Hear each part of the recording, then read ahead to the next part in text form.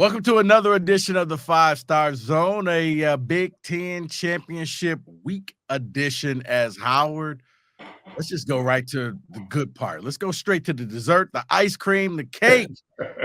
We waited all season long for Michigan and Ohio State, and you know what happened? We got a game.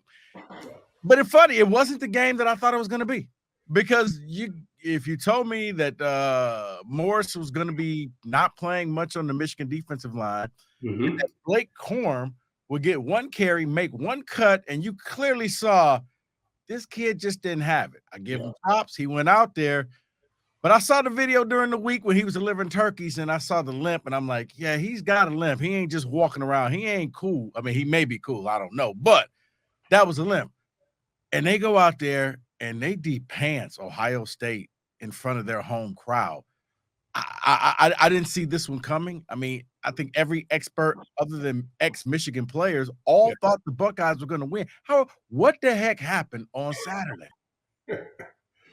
Man, one of the things that's been happening really all season in a lot of regards as far as Ohio State's concerned in that defense is Coach Knowles is going to he's going to put his corners on some islands sometimes. And it was not uncommon to see receivers running loose in the secondary, is whether or not the quarterback was going to have an opportunity to get to it. And the other side of it is there were many questions really all season when you talk about JJ and whether or not he's going to be able to hit the deep pass. I was up in Ann Arbor, was a Sunday, to talk with a bunch of the players and coordinators, and they kind of felt like this is the way the game was going to go. It was a personal challenge to those corners and to that wide receiver group, because all they heard all year was just how great Ohio State's wide receiver group is, and they were saying that, listen, Michigan's wide receivers can't run past us, and so we can play that man-to-man. And really, you watched the display of some things that hadn't happened all year, showed up on Saturday, and they totally demolished these guys. Particularly when you look at the second half, it was an outstanding game early, but they really just took control of it, and Edwards had a huge game as well.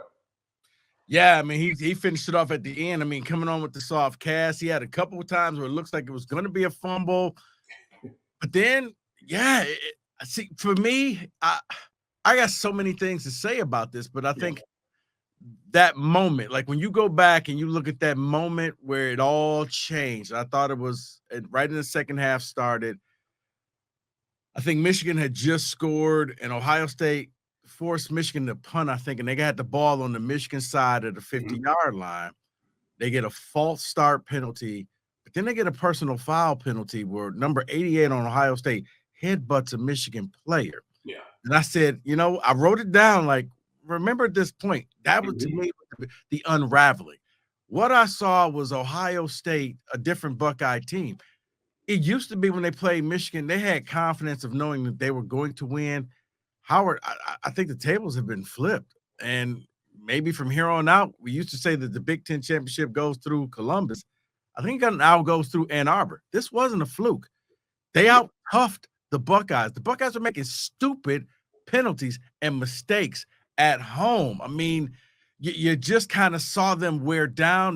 Michigan withstood their best punch, and then the next thing you know, they had nothing. I mean, you even had Stroud begging for the sideline on a 4th and 5. Like, no, we got to go for this. No, we have to punt. And look, I'm not going to say that they played scared, but man, that was a different Buckeye team than the ones that I'm used to seeing. And I don't know what's happened to them. But Michigan has flipped the table, and Michigan has now become the aggressor. Michigan was laughing. Michigan was loose. Michigan was shrugging it off, where it used to be, the other way around, where it was like the Chase Winovich. Yeah, this is going to be the redemption tour. And it was fake bravado. And I think the Buckeyes gave you fake bravado with Ryan Day saying these scars hurting the players 365 days. And it was like, guys, this looked the same as last year, except there was no snow and it was better weather. And it was at home. Yeah, you can make the argument that this was worse than last year's loss for Ohio State. And you think about this: they spent the entire year, and they weren't hiding it, that we've got to get better, we've got to be more physical, we've got to be tougher. That was the mantra the entire offseason, and everything was pointing to the game versus Michigan. And to go out there and for the game to end the way it did, I mean, it absolutely is switched. It's flipped. This is really about Michigan. And I'm telling you, Rico, after when I spent time with them last year at this point, getting ready for the championship game, I knew that there was a confidence that they had, and this was a much different team than I had been around in the previous years under Coach Harbaugh. And Sunday, I mean, it was like, hey, this is what we were supposed to do. This is what we were expecting. We had been practicing and preparing for this, and obviously, both teams had been doing that. But they looked so calm. They looked, we talked about JJ having to go out and this game he was going to have to go win it. He did it. He put them in great positions. And one of the things that I really appreciate about JJ's game is that as a quarterback, he will take the fight to the defender. He's not going to slip out of bounds. He's not going to slide if he doesn't have to, depending upon the situation in the game. When he scored that touchdown on the goal line, running the football, he beats his offensive lineman to the end zone. Yeah. As opposed to just waiting, trying to set it up. He goes and gets after it. And I'm telling you, there is just an energy right now and a confidence surrounding this team that, I just haven't seen before. It's really taking this thing to a new level. And that's why, as you mentioned, it's flipped. There's no question it's flipped. And, Howard, you saw that JJ in pregame when I think he had the hat that had like 988, and then Michigan only had like 987 wins. They were already counting this game as a win. I mean, they got the swagger. They have all of that. And yeah, I remember that play because when JJ scored, because I know his old lineman had to be like, hey, this ain't what we worked on in practice. I know, but you were going a little too slow. Don't worry about it, baby. I got you. I got the touchdown. Yeah, and I mean, you knew we were going to finally see what he could do because kind of been promised he could do all of these different things, but we never really saw it in the game because let's face it, Michigan's offense was a very methodical, grinded out. It's the type of game that probably, a fullback could love because just run. And instead, he wasn't, he found a lot of wide open guys and busted coverage.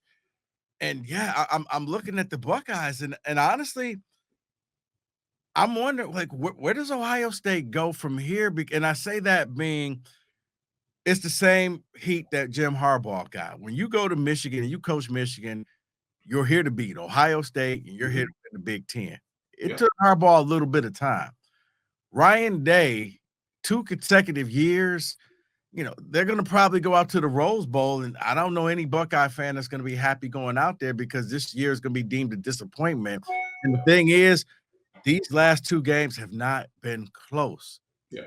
And to the point, man, where I'm on vacation. I'm out in Arizona, and I got people, Buckeye fans, like, so are we gonna fire your coach? And I'm like, wow, how did we get here? Whoa, really? We're talking about firing? And he's like, yeah, because you got to beat Michigan. And when you're the coach of Ohio State, it's a prerequisite of the job. You beat Michigan, you win titles, Big Ten and national titles. He's not getting that done. We were laughing on the show yesterday. His worst case scenario is they still get into the playoffs because I think they're one of the top teams on the waiting list. If TCU and the USC slip up, Ohio State, even though that loss happens, they get in. Yeah, you have to believe Ohio State, and I'm thinking they'll come in probably at number 5 tomorrow night or tonight rather. And yeah, but what does that really mean? I think the challenge right now is the way Michigan is playing football, their brand and their style, the way Georgia is playing football. It's a physical game. They have kind of, and this is something Kirby Smart never really wanted to get into this spread and wide open. He never really wanted to get there. He was slow to get there. I mean, actually, he was slower than Nick Saban was to get there because Nick Saban wanted nothing to do with it either.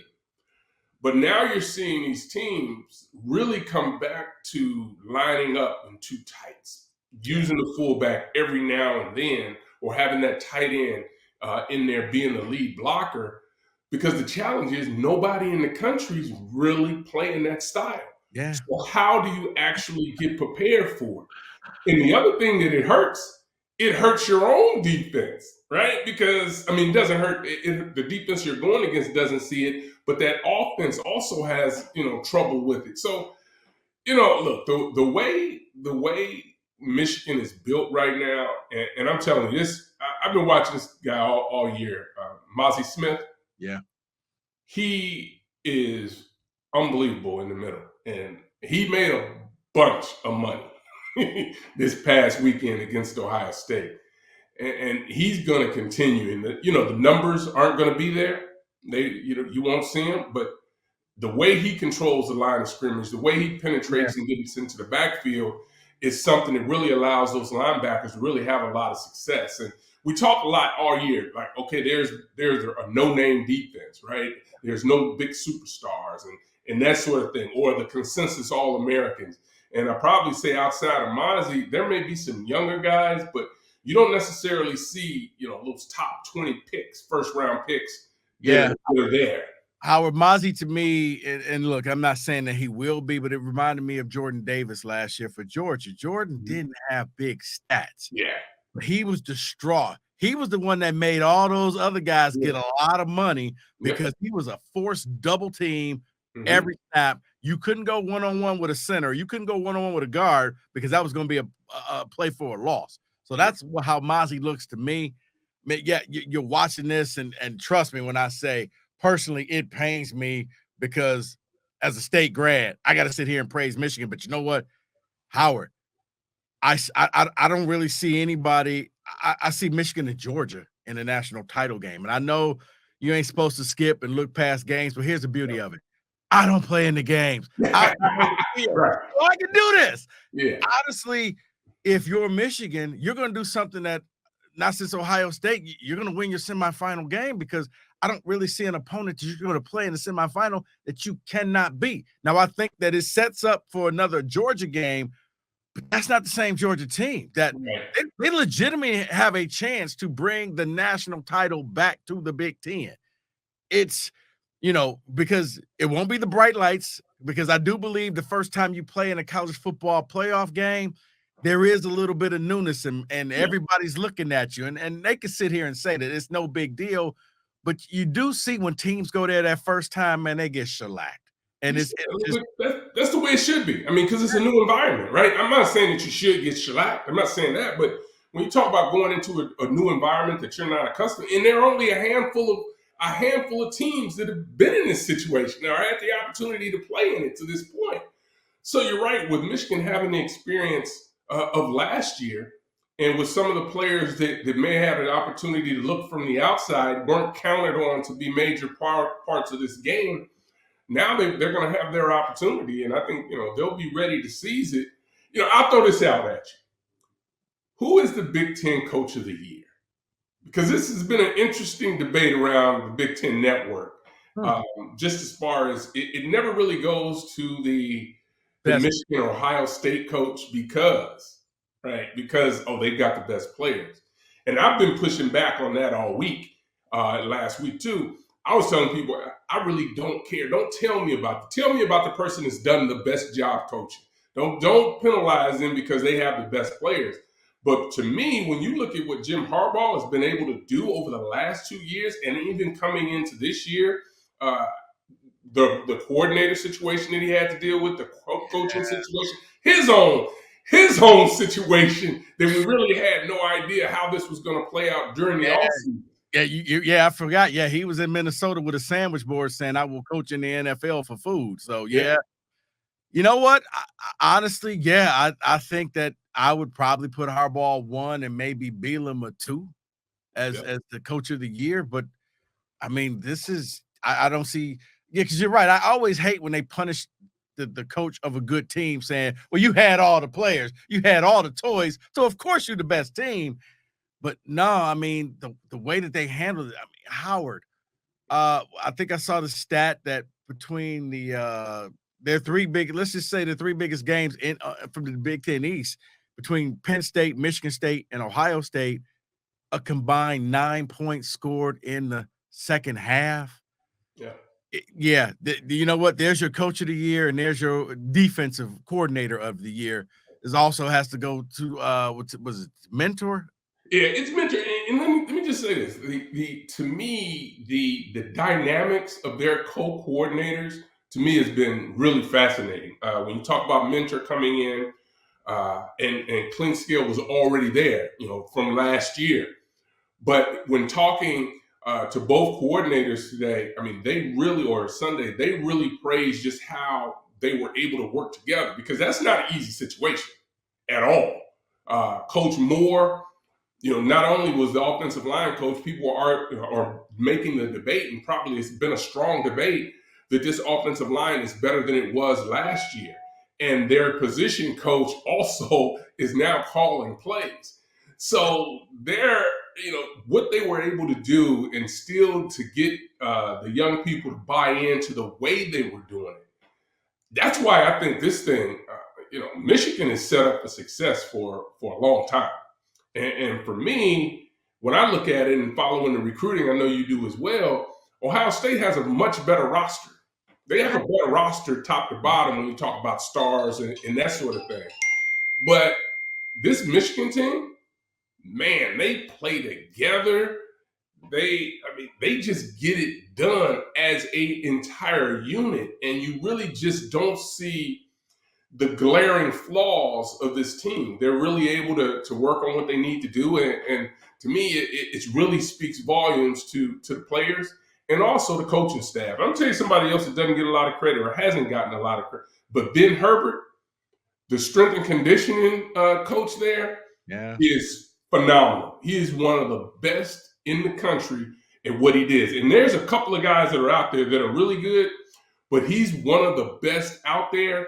And his staff has done an unbelievable job. And I've been following him since his days with Brett Bielema up in Wisconsin. So I've really gotten the opportunity to get to know him really well. And so much so, Brett tried to lure him to Illinois when he got the job, but he wasn't getting ready to leave Michigan and all the resources and things that they're doing right now. Yeah, and Howard, to wrap this up on Ohio State, I think Ohio State, to me, the best thing I can say is they're the bully who doesn't like to be punched in the mouth, because when you look at all of their losses, they all look the same. When teams go physical and just aren't afraid of the Buckeyes and like, oh, okay, you got all of these top recruits, but we don't think you're tough enough, they beat them. And they all, I think, you look at the Oregon game, you look at all the games that they've lost in the last couple of years, every game looks like that game that Michigan put on them, where all of a sudden you're like, oh, they'll come back, and then you realize in the third quarter they're not coming back. They don't have what it takes to beat this team. And I don't know how Ryan Day reestablished that, because I do think that it's unfortunate, and I'm but I do think his window is closing, because I don't think the Buckeye fans are going to have another John Cooper type situation where they're going to give him 10 years to kind of fix this thing, man. Especially, look, I thought maybe, talking with you, that Urban would go to Nebraska. He did. We're going to get to those hires in a minute. But Urban's still sitting out there. And I forgot what he did that caused him to leave. And I got to think that Buckeye fans have forgotten too. And Urban wasn't happy after the game. You could clearly see if you could read his thought bubbles, to me, Howard, he was thinking to himself, I need to walk in that locker room and snatch that whistle away from you, Ryan. I gave you everything, and look at what you're doing to this program. I think he's got a really short window to fix this thing, Howard. I would tell you this. They've probably elevated the recruiting outside of certain spots, maybe, right? But for the most part, Ryan has taken recruiting in the area that really jumps out is the wide receiver position. Right. He's taken that to new heights. But you're right.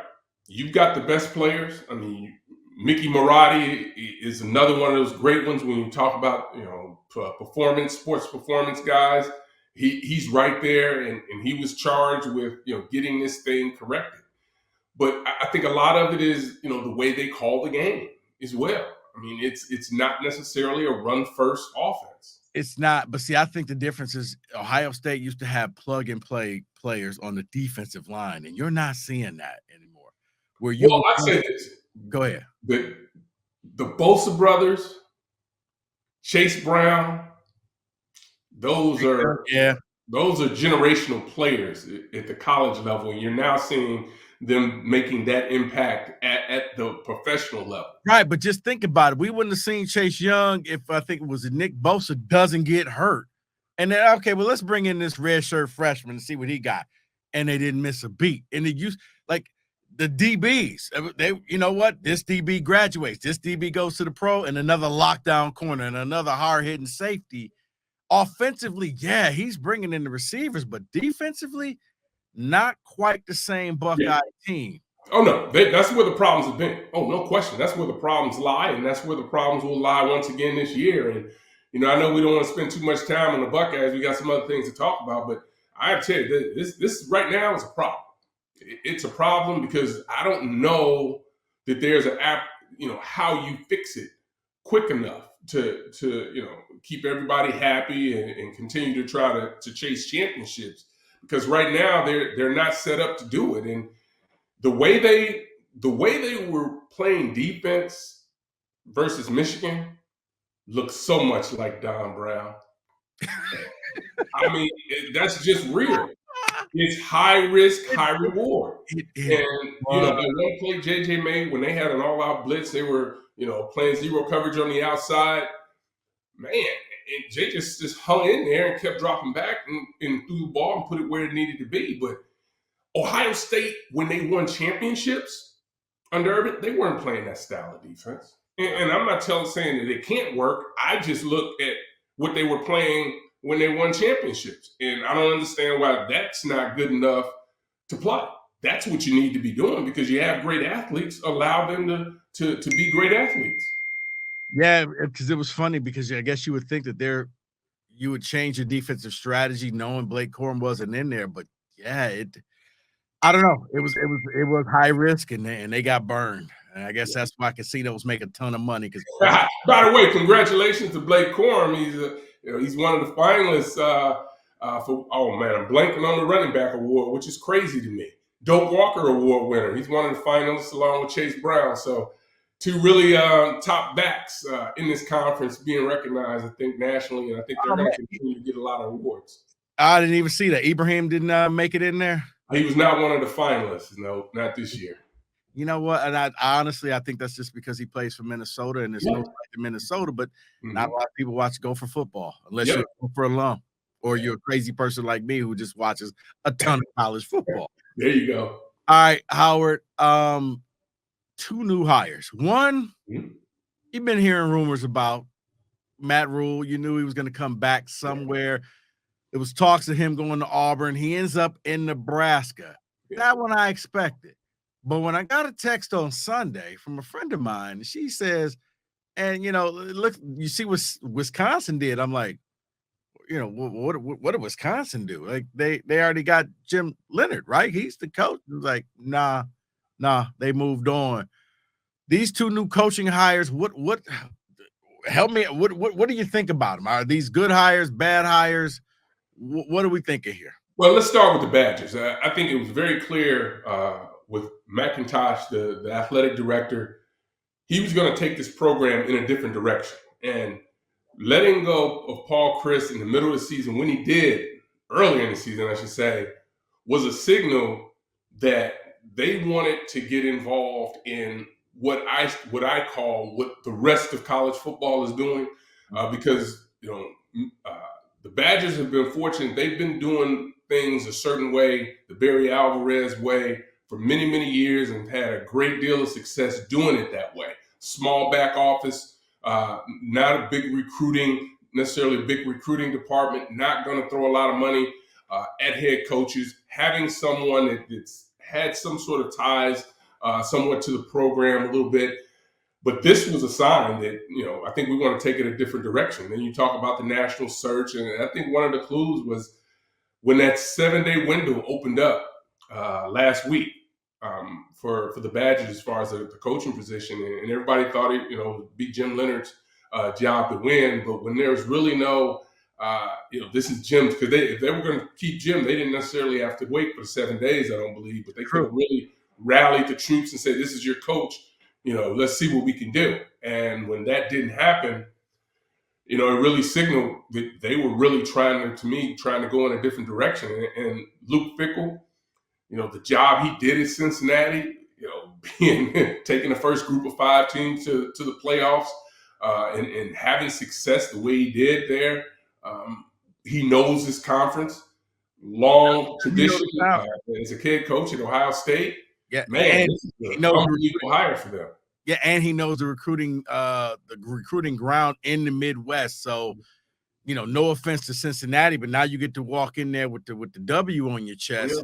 That's a little bit of an upgrade where you don't have to sell people to go to a Group of 5 school.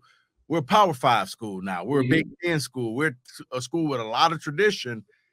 Yeah, and he knows the Big Ten footprint when it comes to recruiting. I was shocked. I did not see that coming. Because for a couple reasons. I mean, Wisconsin, as you stated, they're not known for paying a lot to their coaches. And I think he's getting something like about $7-some million a year, which I was like, that's a lot for Wisconsin. Because I figured Wisconsin was going to show up like, well, we could put a little something on it. We could feed you in cheese curds, but he's making that. But what if you're Jim Leonhard? Are you leaving? Are you staying on the staff? Because this is kind of one of those awkward positions where you got to think that the job was yours, and now, look, he's a professional. Okay, if he comes back, he's not going to slack. But it's Howard. We've all been in that position where you thought a job was yours, and it went to somebody else that you thought that you were either better than. It's going to be a little of a pride swallower to come back, or does he just go someplace else and take that defense with him? I think here's the interesting thing about it. Luke has been in this situation, right? He was in this situation when Urban came in, right? Yeah. And you think about the two, both played, had played at their respective, obviously, alma maters. If Luke didn't have the type of career that Jim Leonhard has had, and really the success that Jim has had, recently, has been unbelievable. Going, from a position coach to coordinator, and I mean, it's really has been a great move for them. But it's going to be interesting to see what happens and how this transition works, because I think Luke, as you mentioned yesterday, we were interviewed him. It's not out of the question that Jim won't be on the staff, and I think he said they spent an hour or so together a couple of days ago, really talking through some of the things that they need to do for as far as mechanics are concerned for the next couple of weeks, along with coaching, and I'm sure getting prepared for the bowl game, and also what the coaching staff is going to look like. So this is going to be very interesting to follow. And the other side of this is, Jim Leonhard has been one of the hottest defensive coordinators in the country, not just at the collegiate level, but also in the NFL. He's greatly respected at that level too, because of what he's done in his playing days and how he handled himself as a player. And also he was really referred to a lot of times as a coach on the field. So, he has a lot of respect, but I don't think he thought he would be in a situation where he was going to be the interim coach. I know he didn't see that coming. And now to find himself in a situation where he's the one that has to make the decision of whether or not he wants to be in the program. Because a lot of those players, came out and pledged, we want Jim Leonhard, we wanted him to be the coach. And I was telling some people yesterday, players are always going to be emotional, and because there's a relationship there. And there's very, very seldom is an interim coach named the head coach or whoever the players want to be that coach.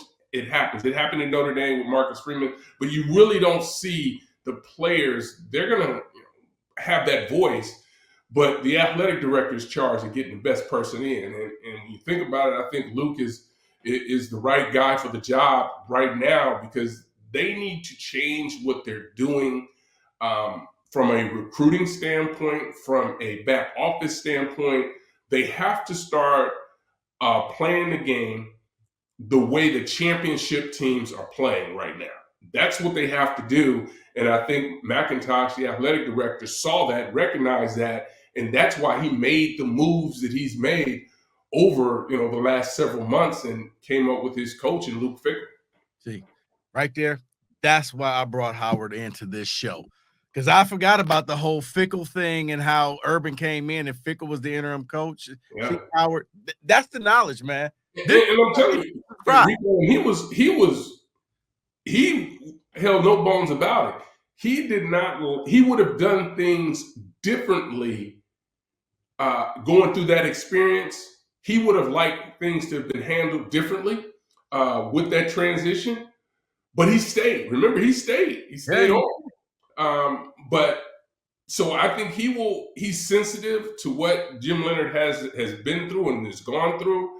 And that's why I think it's going to be kind of up to Jim to kind of figure out how he's going to fit into it. They've had so much success with the 3-4 defense. I mean, they've had a great deal of success with that. I think that's really, you got to go back a few years and Gary Anderson bringing that 3-4 defense to Madison, and really the defense has taken off since then.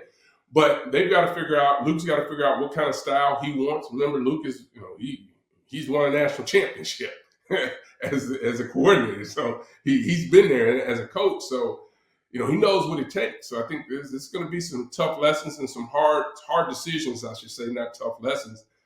And, Luke wants to be a part of this process too. The coaching process as they prepare. And he talked yesterday about flying back to Cincinnati today, and he was coming back with some key people to Madison. So, he already has an idea of what he wants to do, but I think he's going to do the best job. I think he'll do the best thing he can to retain Jim Leonard, but I think ultimately it comes down to Coach Leonard and what he wants to do and how he sees himself fitting into the Badger program moving forward. All right, let's go to the other team, Howard, Nebraska, because I always think this is one of the toughest jobs because no question, you used to be a powerhouse. You used to be great. You used to be a feared program, and now you're not. I like to call it the Al Bundy syndrome, where you're only talking about your team from back in the day, what we used to do.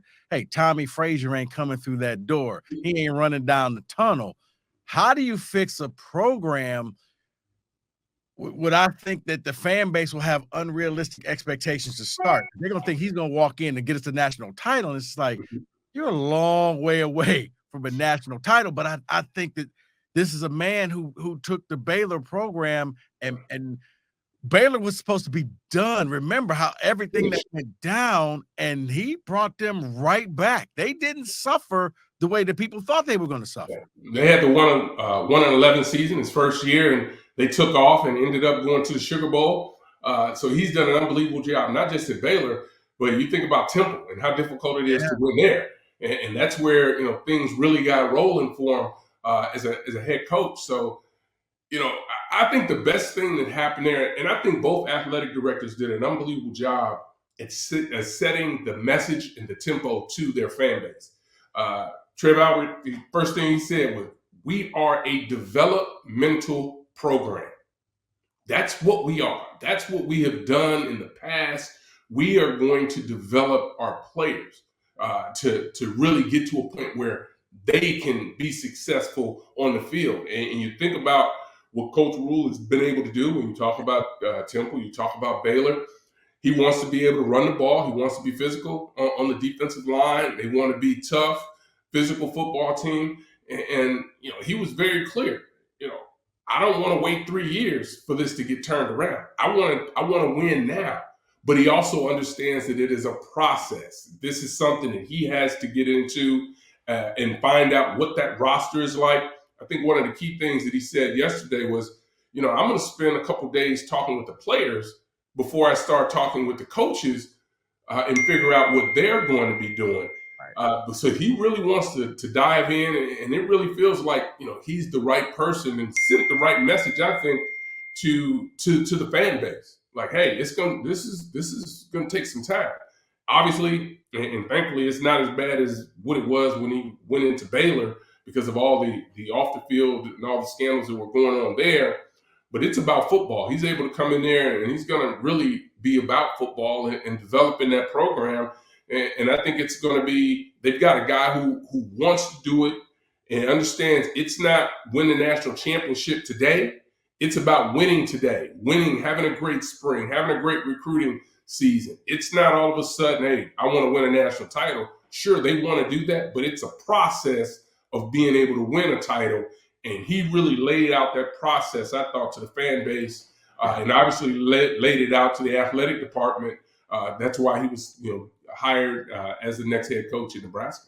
See, I always think when it comes to programs like that too, Howard, the biggest thing that Nebraska can do is get out of its own way and Mhm. not make him do things the Nebraska style. Well, this isn't how Osborne did it. This isn't how so and so did it because yeah, it's been a long time since those guys were coaches. And I always see that when, oh, we got this tradition. Well, do you want the tradition or do you want to win?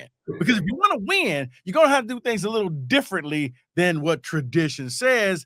And Mhm. I look at like a guy like Nick Saban, what goes to Alabama, and they had tradition.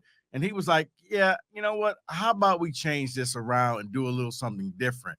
Yeah. And I always see that's always the biggest enemy to the powerhouses, the powerhouse schools who used to be good is we Mhm. be good, but we need to be good exactly in this way that everybody else was good. And I do think that, yeah, if they allow him to go in there, because you're right, Temple, Baylor, like he's turned it around and he's now walks in there with NFL experience. I don't think he was given the toys to play with in the NFL. But now when you go to recruit, you could say, son, I was a coach in the NFL. I know what it takes to play in the NFL. And I Mhm. think I can get that out of you so that you can go to that next level. Yeah, I do think that I like this. Now, we've talked about it before.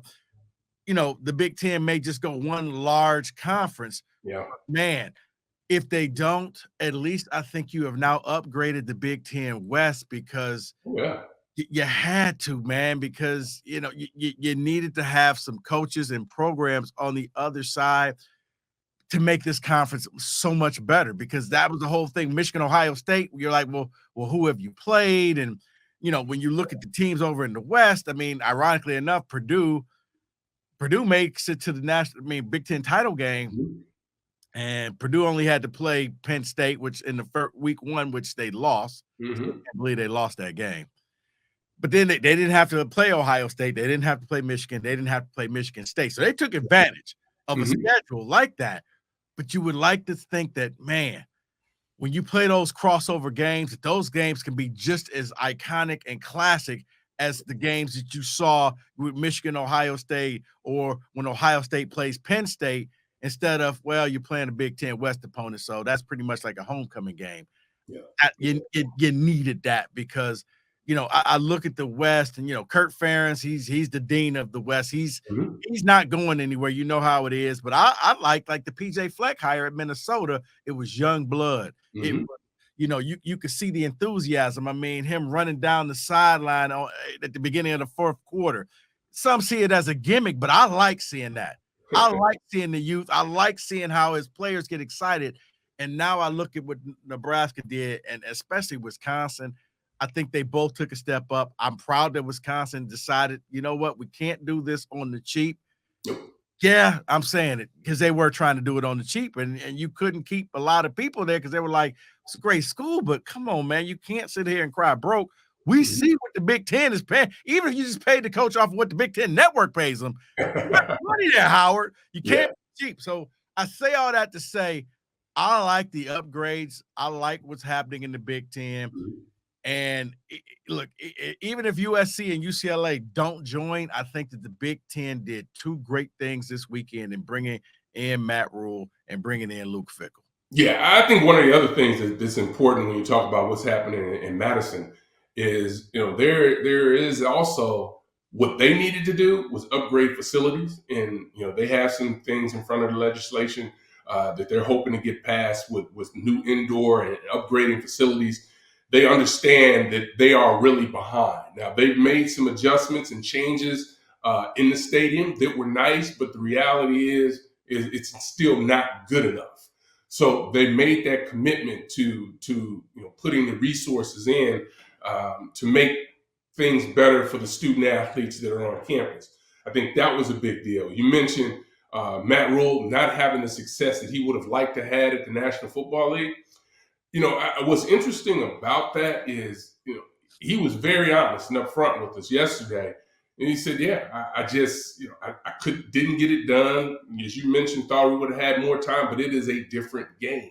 Yeah. And what it did was really give him a great appreciation for what he had left in really developing young people and having young people come in and start to coach them and develop them. And whether they go on to the National Football League or they go on to do something else, he missed that. And he was talking about how he and his wife, he was on the phone and his wife, after he hung up, his wife mentioned to him that, I haven't seen you this happy and I don't know how long when you're talking about football.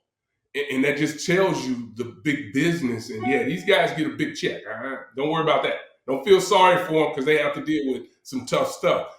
They get a big check, but the part that I think ultimately is so rewarding for so many coaches and why they get into it in the first place is because they're all teachers and they want to help develop and change young people's lives. And what the Big Ten did, with particularly in Nebraska and also in Madison, they brought, I believe, two coaches that not only are going to be able to elevate their programs, but also are going to be able to elevate the student athlete experience. But Paul Chris did an unbelievable job in Madison. You think about the Badgers. They since the playoffs have started, nobody has won more football games and not been in the playoffs than the Badgers. Right. And that's kind of crazy to think about. And we're talking about a West Division team, but they've won all these games, but have not been able to find their way into the 14 playoffs. And now they've got a coach that's been there. He's had success at another place, so he knows what it's going to take to get this team to the next level. And again, I think it's about what the athletic department and McIntosh have decided where they see this program needs to be in the future, and being respectful of the way it was done in the past. No, you're right. Howard, man, there's a lot to talk about. We still got some more meat on the bone. We can hit that next, our next one on Thursday. But man, you brought some good stuff. Especially, I forgot about Luke Fickell. Yeah, he was the interim coach for Ohio State. I think they were 6-6 or 5-7 that year. And then he stayed on to the staff. So you're right. He knows what it feels like to be Leonard, can put his arm around him and say, trust me when I tell you it will get better. So I appreciate that knowledge that you dropped. Hey, man, we'll be back next Thursday. This coming up Thursday, we'll have, a preview. Yeah, I guess we got to preview the Big Ten. We got to preview it. I'll be in Indy. So, I'll be getting my Indy trip started. So look forward to getting a feel of what it's like down in Indy. It's going to be a day trip for the Boilermakers. Right. The hotels will be upset that they won't have to have as many rooms. Purdue just needs to just drive right on over. Man, they can ride their bike as far as West Lafayette to Indianapolis.